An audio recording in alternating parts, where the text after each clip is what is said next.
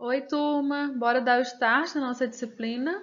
Bora! Essa semana vai ser gravada porque a gente vai fazer mais uma revisão de alguns termos que vocês já conhecem, algumas teorias também que vocês já conhecem.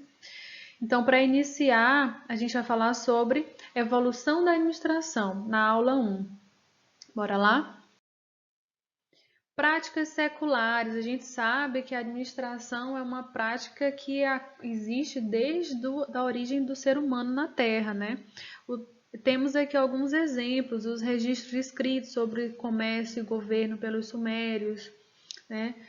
Pirâmides egípcias e a Grande Muralha da China foi empreendida assim grandes esforços e grandes planejamentos e organização de pessoas e recursos para construir, né, essas pirâmides e essa muralha, e de tempo também, né? Técnicas e conceitos administrativos em organizações militares. A própria administração, ela se fundamenta a partir de conceitos de guerra, né? Da organização militar, também da organização católica, né, da Igreja Católica.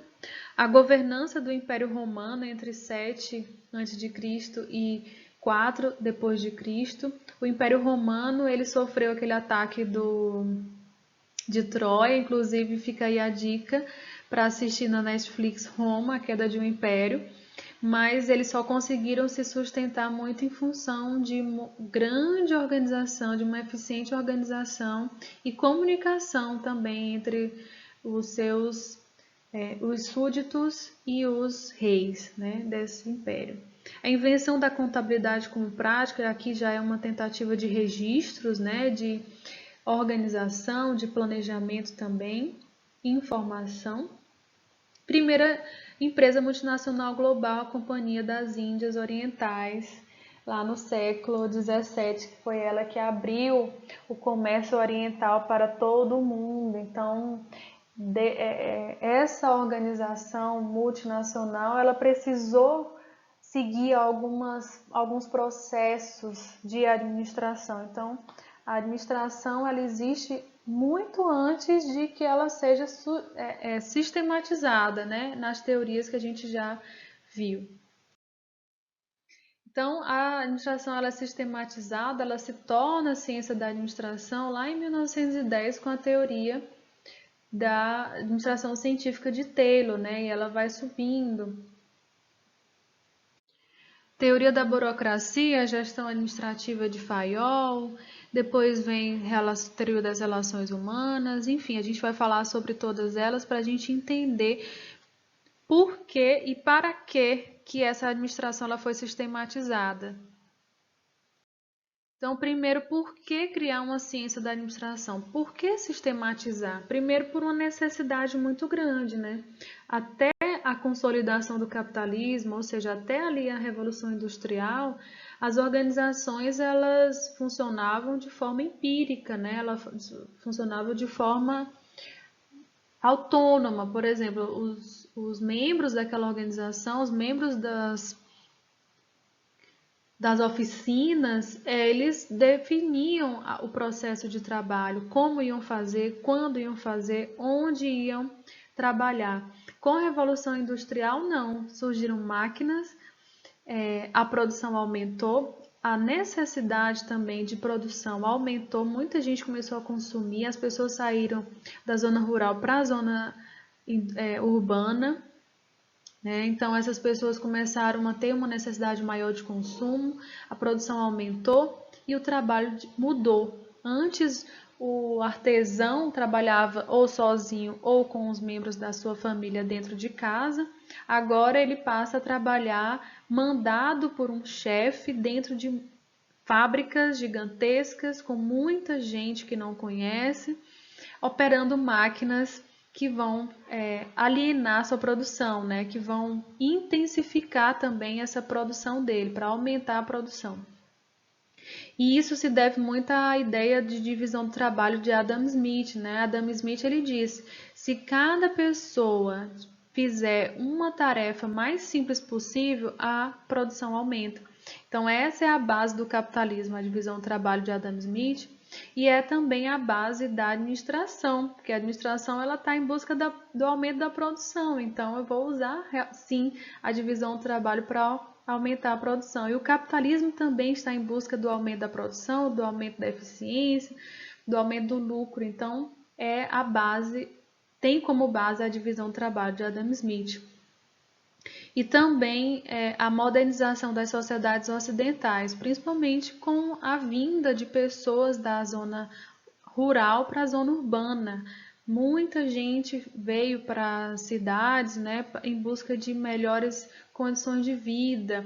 E a partir daí é que se transforma, né, esse mundo do trabalho quando as pessoas são alocadas em fábricas para operar máquinas e também aumenta o consumo dessas pessoas, né? A necessidade de consumo vai aumentar muito mais, porque a produção aumenta, a indústria se diversifica, então eu tenho mais produtos para comprar e vem toda aquela necessidade de consumismo que é muito própria do capitalismo, né?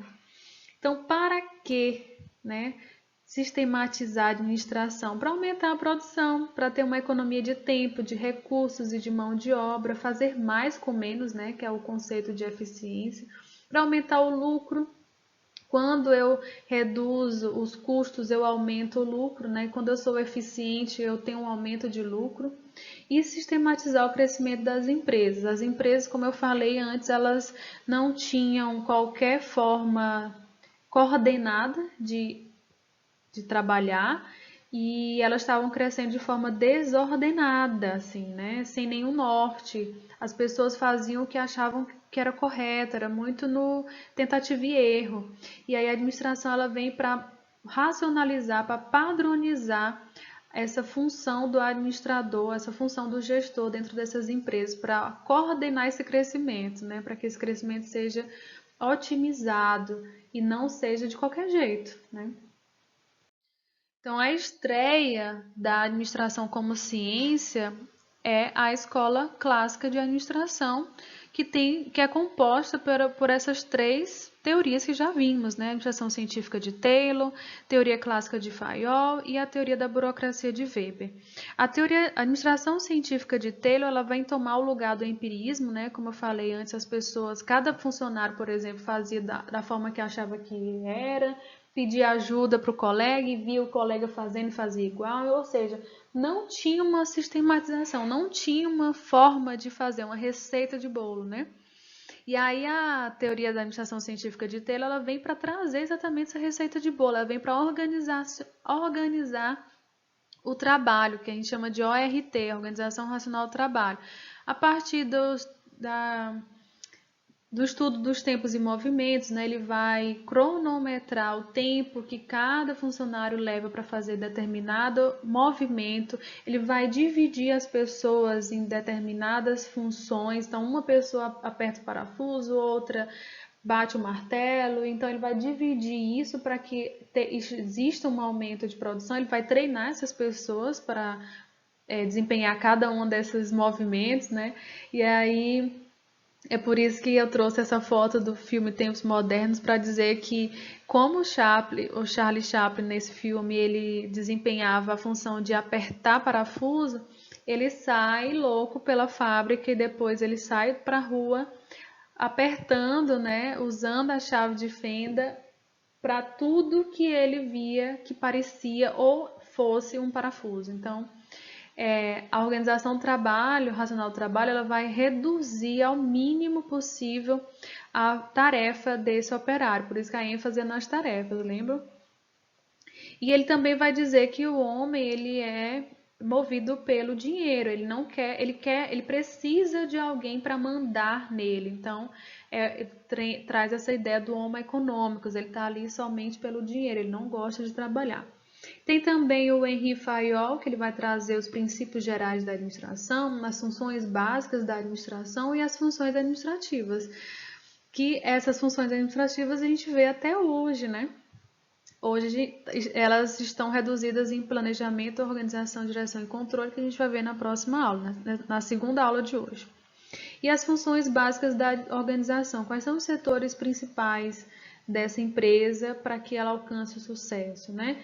E a teoria da burocracia de Weber vai dividir o trabalho também, vai trazer uma impessoalidade nas relações, uma padronização dessas atividades de cada um desses funcionários e uma formalização, né? Tudo tem que ser documentado, assinado, registrado, tem formulário para todo canto, né? E também deve obedecer uma hierarquia. Então veja que a Escola Clássica de Administração ela vem para trazer uma receita de bolo, como deve ser administrado. Se você administrar dessa forma, então você vai obter o sucesso. E aí, na contramão dessa teoria, dessa escola clássica, a gente tem a escola comportamental de administração, com a teoria das relações humanas e abordagem comportamental. Ela dá um passo além, né, dessa visão de um homem muito simplista, né, como busca apenas o dinheiro, não gosta de trabalhar. A teoria das relações humanas, ela vem para mostrar que o homem é um homem social, que ele está sujeito a influências de ordem social e psicológica, ele é muito influenciado pelos grupos no qual ele participa, né? Então, geralmente, o que um grupo, os colegas de trabalho pensam ou fazem, é muito provável que ele acompanhe esse grupo para que ele seja aceito, né? Então, tem muito essa presença dos grupos informais, dessas influências sociais. E a abordagem comportamental ela vem dizer que o homem é complexo, que ele tem sim um desejo de realização, ele vai estudar o comportamento dos indivíduos nos grupos e também vai estudar como esses indivíduos podem ser motivados, quais são os tipos de liderança que devem existir, né, para que seja alcançada essa eficiência. E a escola contingencial, né, ela traz a teoria dos sistemas e a teoria da contingência. Aqui ela já começa a olhar mais para o ambiente externo. Até então, a investigação era muito mais interna à empresa, um ambiente mais fechado. Aqui ela abre mais, ela vê a organização como um sistema aberto, uma organização em contínua interação com o ambiente. É um homem funcional que desempenha diversos papéis, né, tanto dentro da empresa como fora da empresa. Então, ele tem várias influências, tanto internas como externas, sobre ele, e aquilo ali tudo vai impactar, né? Soluções administrativas satisfatórias. A teoria da contingência ela vem estrear uma ideia de que não existe uma única maneira de administrar. Então, até então, tanto na escola clássica como na escola comportamental, a ideia era de trazer uma receita de bolo, né? Não, a escola clássica diz, não, a gente tem que dividir o trabalho ao mínimo possível, diminuir os esforços e remunerar esse funcionário. A teoria comportamental, a escola comportamental, ela vai dizer, não, a gente precisa entender quem é o nosso funcionário para a gente conseguir manipulá-lo para alcançar os nossos objetivos, que é o lucro. E a escola contingencial, ela vai dizer assim, não, o administrador, ele está em contato com as informações internas e externas, ele sabe que as pessoas são complexas, ele sabe que a empresa influencia e é influenciada pelo ambiente externo, então ele que deve conhecer o contexto e deve escolher qual é a melhor forma de administrar, qual é a melhor decisão que ele pode tomar naquele momento, né? Então cabe ao administrador escolher o caminho de acordo com o contexto. Então a gente começa uma administração mais rígida, mais padronizada, e atualmente a gente tem mais a predominância dessa escola contingencial que vai dizer tudo depende do contexto, das pessoas, da empresa, dos objetivos, né? Então dá uma maior autonomia para esses administradores. E é isso, gente. Esse foi um breve resumo sobre a evolução da administração. Vocês já sabem sobre essas teorias, é mais para trazer uma ideia geral e refrescar aí a memória de vocês. Na próxima aula a gente vai falar sobre a administração e o administrador de forma mais específica. Não esqueçam, não confundam, já vi com já sei, assistam as duas aulas que com certeza vocês vão ter novos aprendizados. E a gente se vê.